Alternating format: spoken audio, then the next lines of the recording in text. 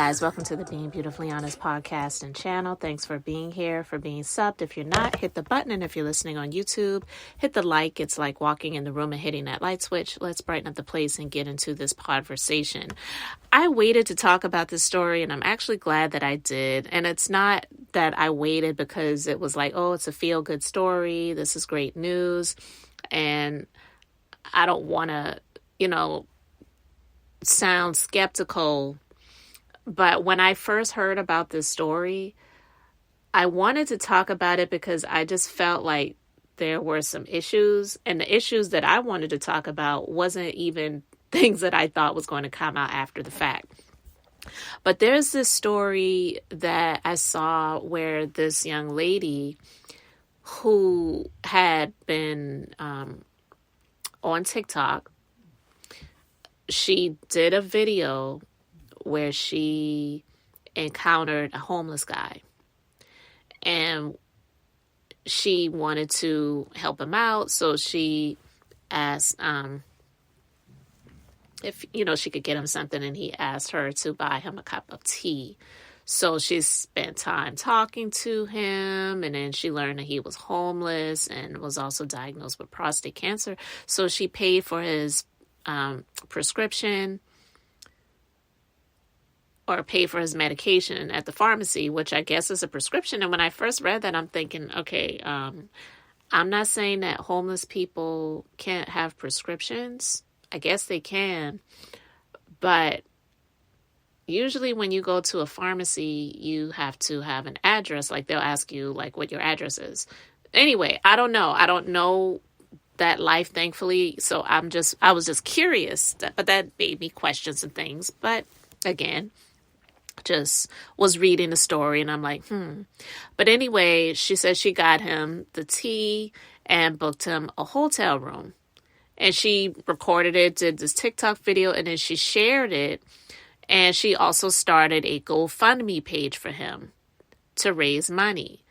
And I mean, of course, you can start a GoFundMe page. You don't know if you're going to, one, raise any money, or two, get anything close to what she wound up getting. When she initially talked about it at that point in time, she had raised, I don't want to say she had raised, but the GoFundMe page that she shared, it had raised over six figures, well over $125,000 at the time.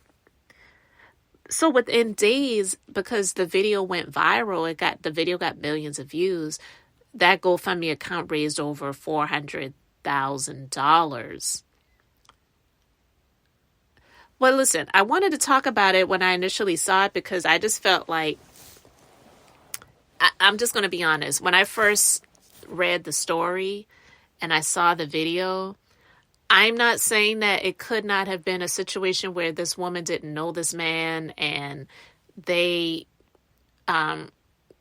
just encountered each other. It was like an sort of an act of God situation. Things like that can happen.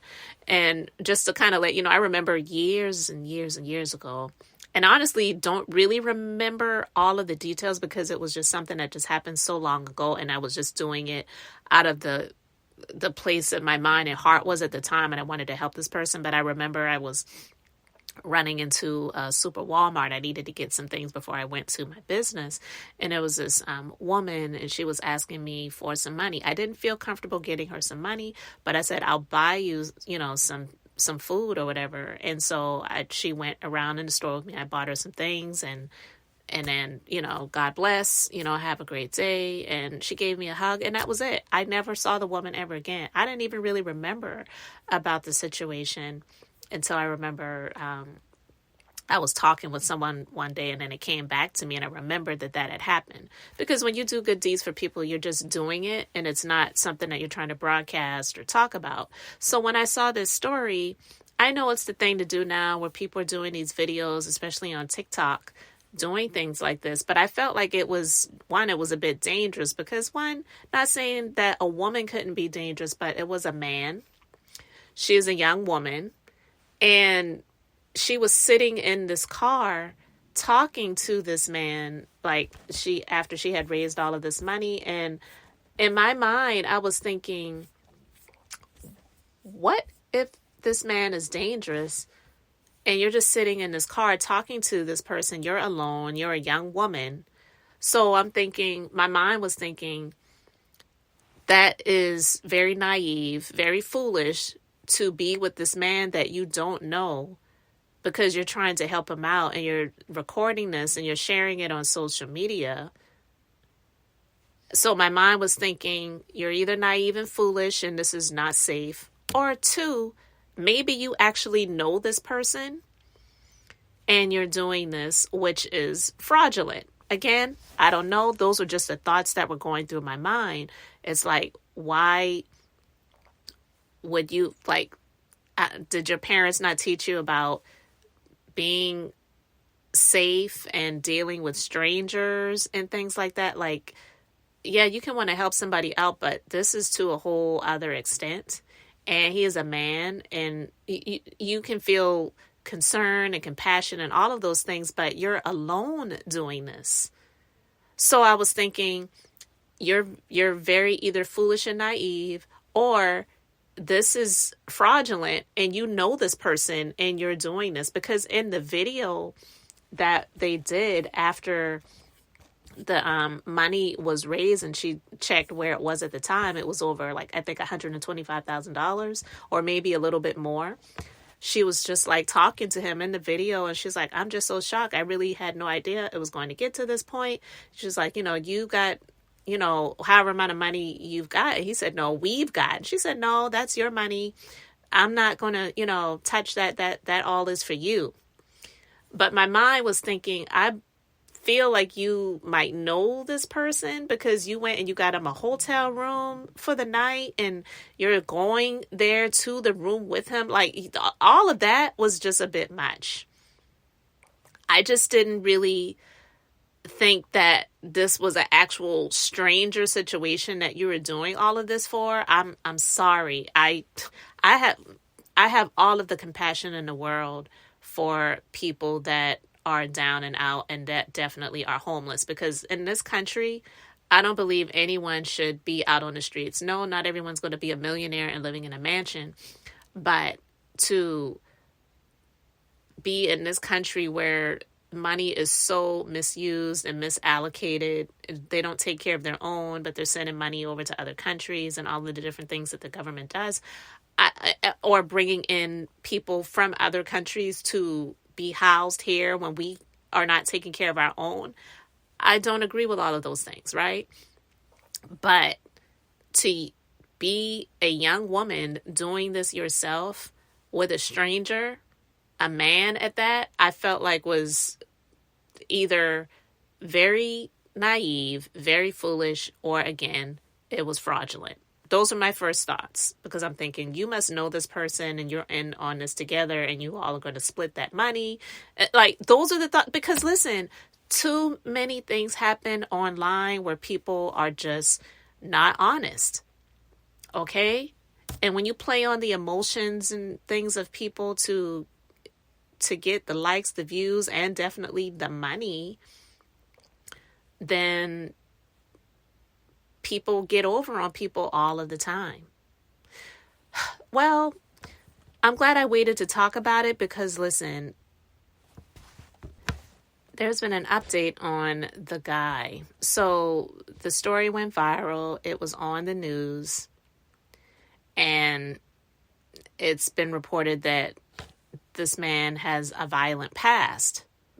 And so GoFundMe has frozen the over $400,000 that has been raised on their platform for this man.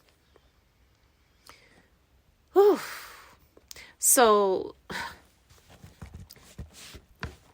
the man, his name is alonzodouglashebron.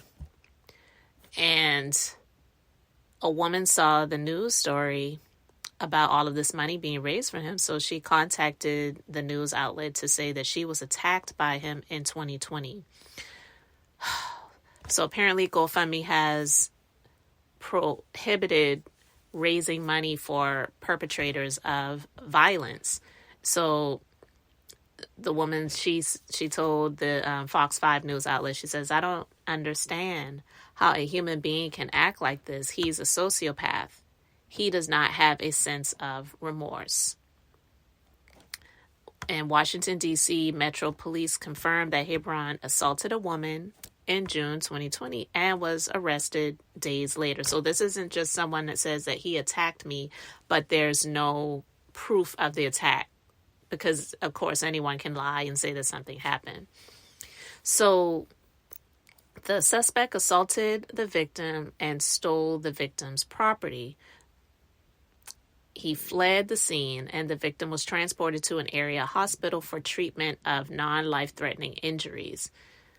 And 61-year-old Alonzo Douglas Hebron, of no fixed address, was arrested and charged with robbery, force of violence, and aggravated assault. Now, some people may say, well, that happened in the past. Why are they holding on to his money now? Well, the thing about it is they have prohibited raising money for people who have been perpetrators of violent crimes. And this isn't just an accusation. This was something that he was actually charged and arrested for. So this isn't just someone that just came out to say, he assaulted me, but she never filed a complaint, a police report, and no charges were ever filed. So I'm saying all of that with knowing this and my thoughts initially about this story and hearing how this young woman was with this man and doing all of these things. And yeah, she had her phone camera and she was recording it and she posted the videos on TikTok. So I guess maybe she could feel safe. I don't know. But it was just still very foolish and naive. I don't know if it's going to come out that she actually knows this person or not. I'm just saying those were thoughts that I felt when I initially saw the story. I said, she's either someone that knows this person and they're, in on this together, because this is just really a lot for a young woman to do all of these things, or she's just very, very foolish, very naive, hasn't been taught about stranger danger and just all the things that come along with what she put herself in the vicinity of. And this man is someone that has been convicted of being violent, and not very long ago. No, 2020 wasn't last month, but it wasn't like he did some things in the 60s or the 70s and now he's 61 years old. Like, this is not something that she should have really taken lightly. So I don't know what GoFundMe is going to do with all of that money, but I really wanted to talk about this story because when I first saw it, it was a feel-good story, and oh my God, she helped out this homeless person, and she got him some things from the pharmacy and the drugstore, and bought him some food, bought him some tea, booked him a hotel room for the night, went up to the hotel room with, I just was like, that was just honestly, in my personal opinion, a lot. Even if she did all of these things, she could have booked the room and they could have just given him the key. Like, she went up to the room with him. And what if that man did some things to her? Let's just be honest. That was just not smart. And so I'm sure she's feeling a whole lot of foolish today, knowing that she did all of these things and she could have possibly become the victim of a violent or possibly sexual assault by this person that has this not very distant past of being a perpetrator of violence. He was a stranger to her. I'm still assuming, because again, I don't know. It might come out that she actually knows this person and they were planning on splitting the money, and it was to play on the emotions and feelings of people. We just have to really be careful when it comes to social media and these videos. I love a good feel-good story all day long, because honestly, the majority of the things that we do receive by way of the media is things that are negative, things that are bad. So who doesn't want to hear about good news? I love it. But I'm still skeptical because a lot of things that we see on social media, unfortunately, are just not real. So I just wanted to talk about that, guys. If you saw the story, if you know, what I'm talking about, let me know your thoughts in the comment section. Guys, thanks so much for being here, liking, and subscribing. I'm Beth, just being beautifully honest. So until next time, I just wanted to keep it brief, beautiful, and I'm going to say bye. Situation. Wonder if we maybe were